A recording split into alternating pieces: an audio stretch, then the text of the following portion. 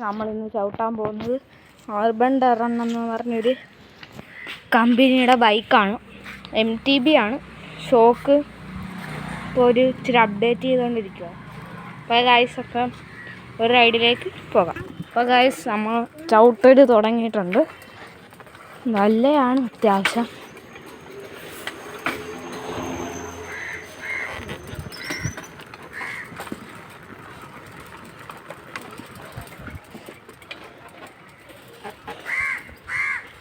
അപ്പോൾ ഗൈസ് നമ്മൾക്ക് ഇതിൻ്റെ പ്രത്യേകത എന്തൊക്കെയാണ് വന്നു.